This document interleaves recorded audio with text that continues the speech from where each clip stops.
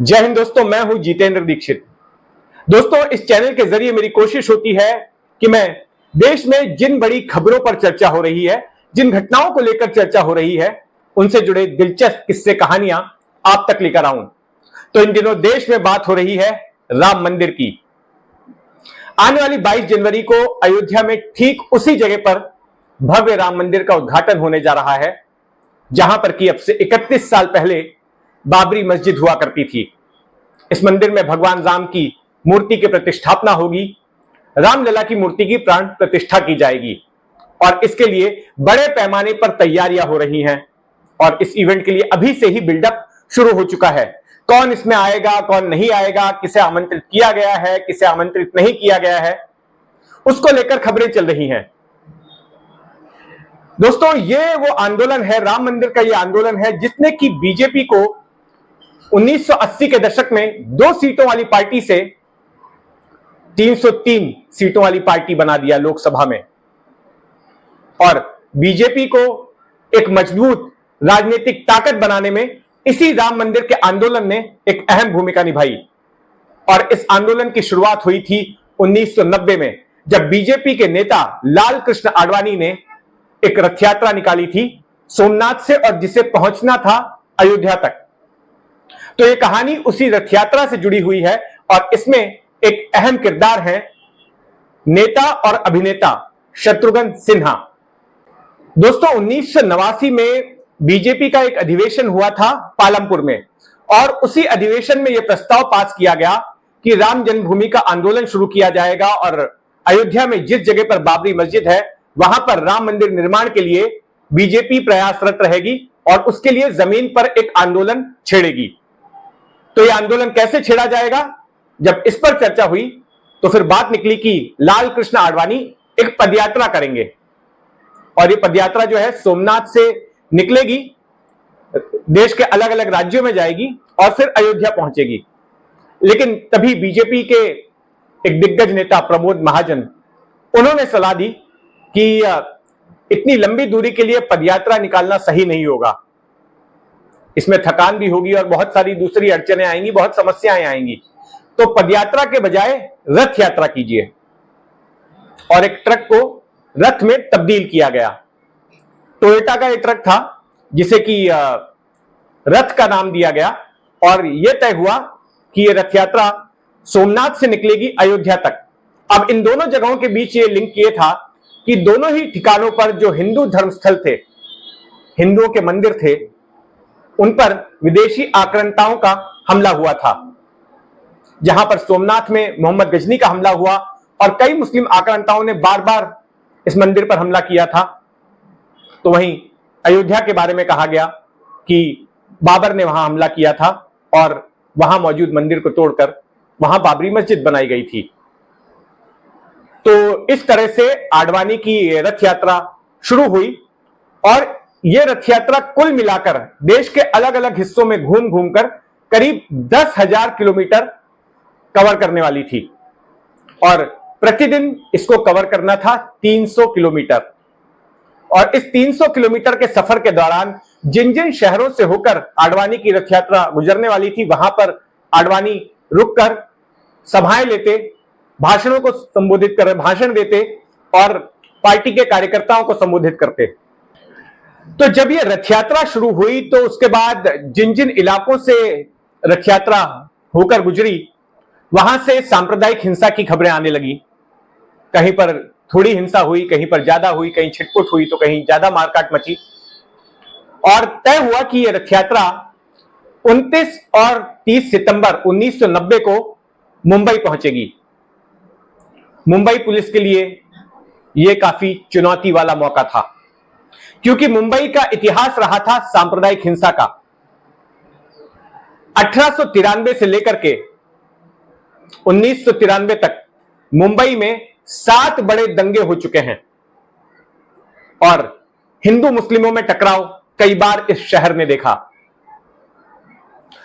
और आडवाणी की रथ यात्रा से 1 साल पहले ही 1989 में फरवरी के महीने में मुंबई पुलिस और मुसलमानों के बीच टकराव हुआ था सलमान रश्दी की किताब को लेकर। सलमान रश्दी की किताब द सैटनिक वर्सेस को हालांकि भारत सरकार ने बैन कर दिया था, लेकिन उसके बावजूद कुछ मुस्लिम संगठनों ने यह तय किया था कि वे मध्य मुंबई के नागपाड़ा इलाके से दक्षिण मुंबई में, जहां पर की ब्रिटिश काउंसिल का दफ्तर है, वहां तक एक मोर्चे की शक्ल में जाएंगे अपना विरोध दर्ज कराने के लिए।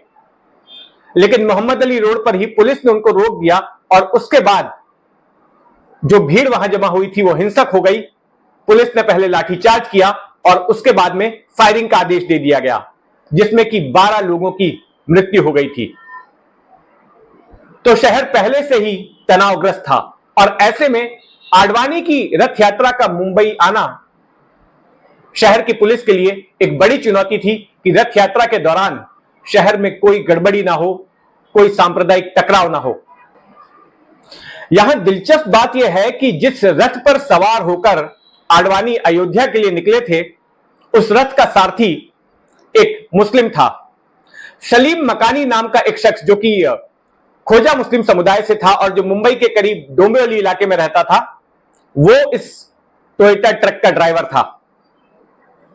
समय मुकर्रर हुआ कि 29 सितंबर को आडवाणी की रथ यात्रा मुंबई में प्रवेश करेगी और मुंबई में पहली जनसभा वो संबोधित करेंगे बोरीवली इलाके में शाम को 5 बजे। महाराष्ट्र बीजेपी इकाई की तरफ से जोरदार तैयारियां की गई, लेकिन रथ वहां पर पहुंचा 3 से 4 घंटे देरी से।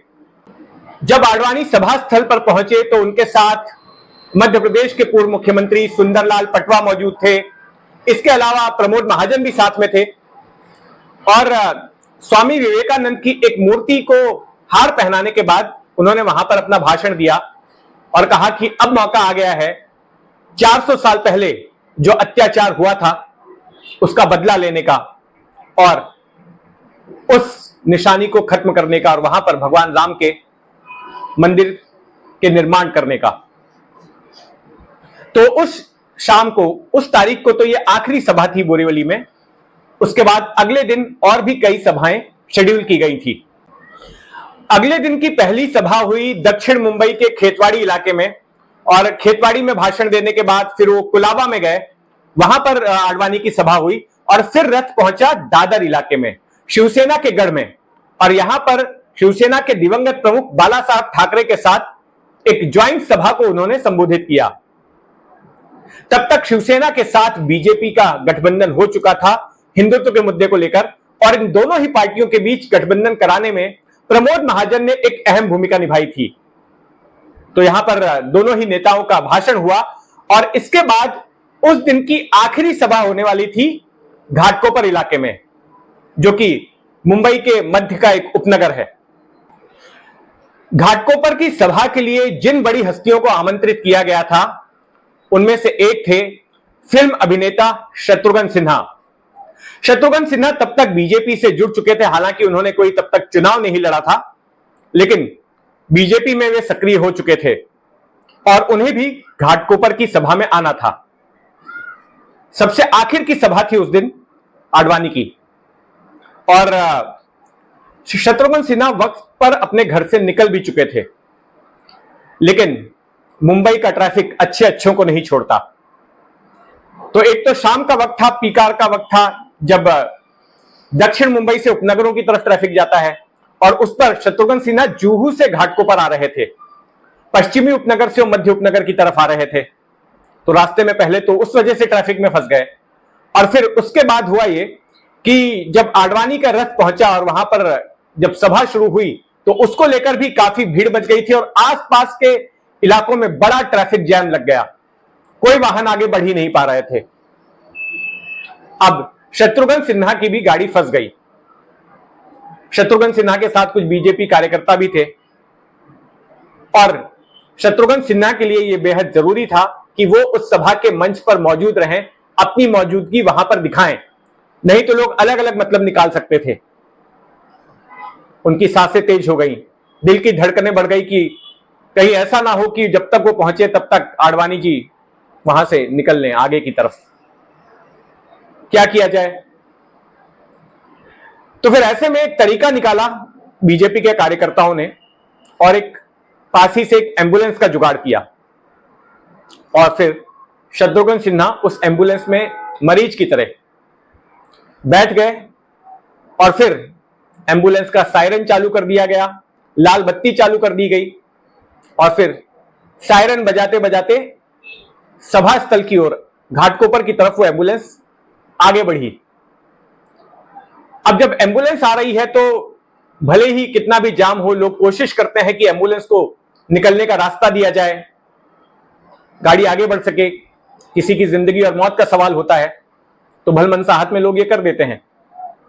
तो इसी तरह से शत्रुघ्न सिन्हा की एम्बुलेंस को भी रास्ता मिलता गया और इससे पहले कि आडवाणी की सभा खत्म होती, शत्रुघ्न सिन्हा मंच के पास ही पहुंच गए। एम्बुलेंस मंच के करीब जाके रुकी और उसमें से निकल कर आए शत्रुघ्न सिन्हा, मंच पर गए, आडवाणी का अभिवादन किया, अपना भाषण दिया और फिर उसके बाद आडवाणी आगे की मंजिल के लिए निकल पड़े। इसके बाद आडवाणी की यात्रा मुंबई से तो आगे निकल गई, लेकिन वो अयोध्या तक नहीं पहुंच पाई। जब बिहार पहुंची उनकी रथ यात्रा, तब बिहार के मुख्यमंत्री थे लालू प्रसाद यादव और उनके आदेश पर बिहार के समस्तीपुर में आडवाणी के रथ को पुलिस ने रोक लिया और आडवाणी को हिरासत में ले लिया गया और रथ यात्रा वहीं पर खत्म हो गई। दोस्तों, यह किस्सा मेरी इस किताब बॉम्बे आफ्टर अयोध्या से है। अगर आप इस जैसे और किस्से सुनना चाहते हैं, पढ़ना चाहते हैं, तो जरूर पढ़ें मेरी किताब बॉम्बे आफ्टर अयोध्या। यह हिंदी में भी उपलब्ध है, अयोध्या ने कैसे बदल दी बंबई, इस शीर्षक से, और मराठी में भी यह किताब उपलब्ध है मुंबई आफ्टर अयोध्या नाम से। और इस जैसे तमाम किस्सों को आप मेरे इस YouTube चैनल पर भी सुन सकते हैं। आज का किस्सा आपको कैसे लगा, आपकी राय जानने का मुझे इंतजार रहेगा। कमेंट बॉक्स में अपनी राय जरूर रखें और अगर आपने अब तक इस चैनल को सब्सक्राइब नहीं किया है तो सब्सक्राइब कर लें। जय हिंद।